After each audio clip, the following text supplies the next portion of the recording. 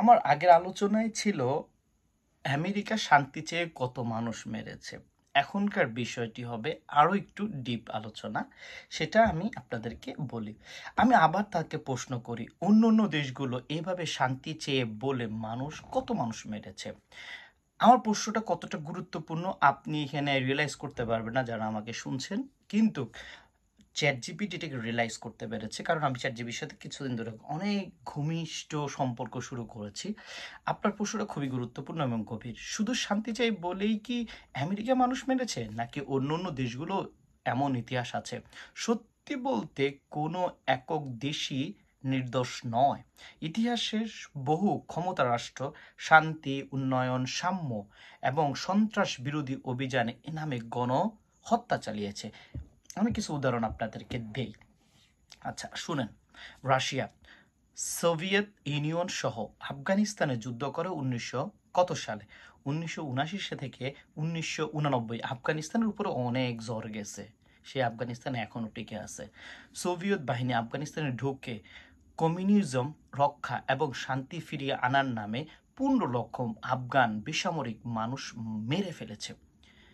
চেচিয়া যুদ্ধ চেচিয়া যুদ্ধ সেটি রাশিয়া বলেছে চেচিনিয়া চেচনিয়া চেচনিয়াকে সন্ত্রাসমুক্ত করতে হবে, কিন্তু বাস্তবে হাজার নিরীহ চেচেন মানুষ নিহত হয়েছে। 1990 সালের কথা এখানে রাশিয়া করেছে। আসেন, যুক্তরাজ্য যেখানে আমি বসবাস, মানে বুঝে নিতে ব্যাপারটা, উপনিবেশ বাদের নামে গণহত্যা। ব্রিটিশ শান্তি ও সভ্যতা আনতে চায় বলে ভারত আফ্রিকা ক্যারিবিয়ান দখল করে। ভারতের 1970 থেকে 1943 সালের দুর্ভিক্ষে কোটি মানুষ মারা যায়।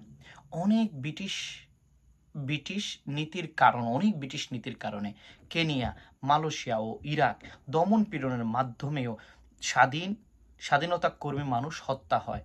চীন, ভিয়েতনামের স্কোয়ার গণহত্যা 1989 সালে চীন সরকার বলেছিল শৃঙ্খলা ও স্থিতিশীল ফিরিয়ে আনছে, কিন্তু হাজার হাজার ছাত্র সাধারণ মানুষকে গুলি করে মারে। উইঘুর মুসলিম বন্দিত্ব, চীন সন্ত্রাস বিরোধী এবং উপনিবেশ পূর্ণ শিক্ষার নামে লক্ষ লক্ষ উইঘুর মুসলিমকে বন্দি শিবিরের সাথে রাখে।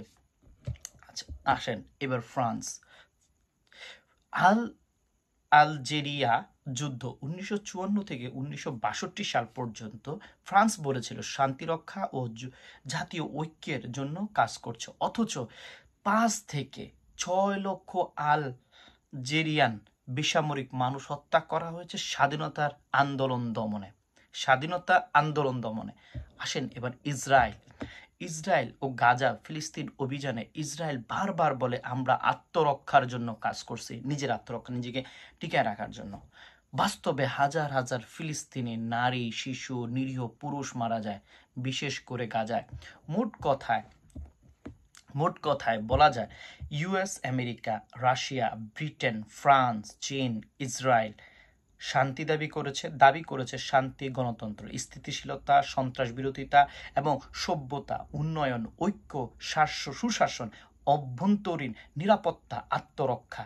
এই শব্দগুলো তারা ব্যবহার করে তারা আজ পর্যন্ত বাস্তবে তারা কি করেছে? ইরাক, আফগানিস্তান, ভিয়েতনাম লাখো নিরীহ হত্যা, আফগানিস্তান, চেচনিয়া বহু সামরিক হত্যা, উপনিবেশ দুর্ভিক্ষ এবং গণহত্যা, এবং আল জাজিরার দমন নিপীড়ন হত্যা, উইঘুর নিপীড়ন এবং ভিয়েতনামে হত্যাকাণ্ড, গাজায় নিরীহ বেসামরিক হত্যাকাণ্ড।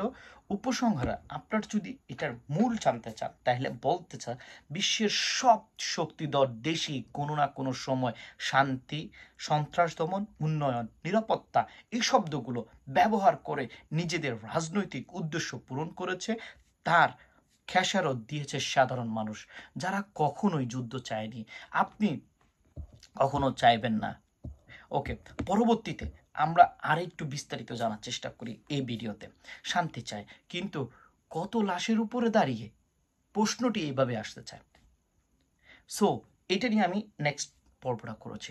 সো আপনাকে আমি যদি বলি যে এরা শান্তি চায়, এরা তো শান্তির দূত পুরো বিশ্বের ভিতরে। সো এখানে একটা সূরা, একটা কথায় আছে, আমি এখানে অ্যাড করতে চাই, মানে আমি এখানে একটা অ্যাড মানে অ্যাড করব আমি অন্য কোনো সময়। সূরা বাকারাতে একটা আয়াত আছে যে আমি শান্তি চাই, আমাকে শান্তি আনতে হবে। তো ওরা শান্তির জন্য সব কিছুই করে, কিন্তু ওরাই আসলে ভণ্ডামি করে। তো জিনিসটা এমন হয়েছে যে যারা শান্তির জন্য আজকে, মানে আমরা যেসব দেশগুলোকে বড় বড় মোট কথায় বলতেছে যে এখানে আহ, ক্ষমতাশীল দেশগুলোই কিন্তু আমাদেরকে মারছে। এখানে কিন্তু কোনো একটা, আপনি কোনো একটা দেশ দেখবেন না সেটা অ্যাকচুয়ালি মুসলিম কান্ট্রি। আপনি কোনো একটা দেশ দেখবেন না অ্যাকচুয়ালি মুসলিম কান্ট্রি যে আপনার এখানে নাম দিছে এটা তারা। আমি চ্যাটজিপিটিকে বলছি, তুমি কেন রে ভাই তুমি এদের নাম বলতেছো, এরা তো তোমাকে তৈরি করছে। কইছি এরা আমাকে তৈরি করছে সত্যটা বলার জন্য। তো এরা যে সত্যটা বলতেছে সেটাই হলো সত্য কথা।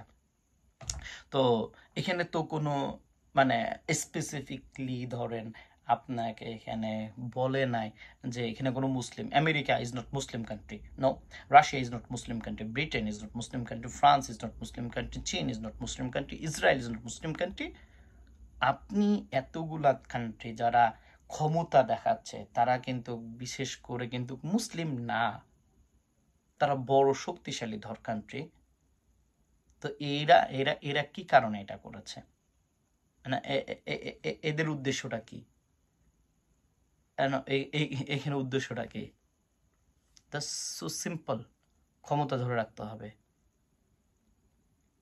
আসলে ইসলাম আসলে সুন্দর। যারা ইসলামকে বুঝে না, জানে না, তারা হয়তো এরকম করে। যেন আজকে আমি এই ভিডিওটার ভিতর বুঝাইতে চাইছি কি, আমি এই ভিডিও বুঝাইতে চাইতেছি ভাই, তুই তোর মতো কাজ কর, তুই তোর মতো জায়গায় কাজ কর, তুই তোর জব কর, তুই খা দা ঘুমা, দাসে তো, তুই আর কোনো কিছু যাইস না। তুই কারো লগে খারাপ কাজ করার দরকার নাই, কিছুই করার দরকার নাই। যার লগে তুই কথা বলবি, যে যদি তোর সাথে আহ,